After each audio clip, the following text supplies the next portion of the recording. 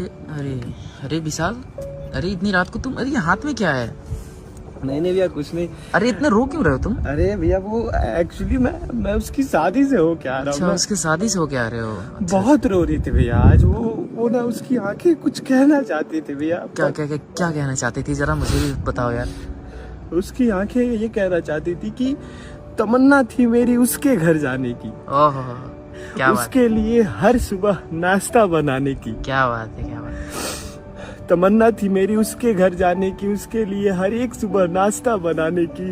पर कुछ ऐसे हादसों में उसे खोना पड़ा हाँ, और मंडप सजी हुई थी, वो दूर से बैठकर देखता रहा। अच्छा, उसकी खामोश कत्ल से मुझे दामन भिगोना पड़ा। क्या बात है। सबको लगा कि जुदाई की आंसू बहाए मैंने, हाँ, नहीं दरअसल मुझे उसके लिए रोना पड़ा। अरे भाई भाई भाई भाई भाई। टूटा टूटा एक परिंदा ऐसे टूटा कि फिर जुड़ना।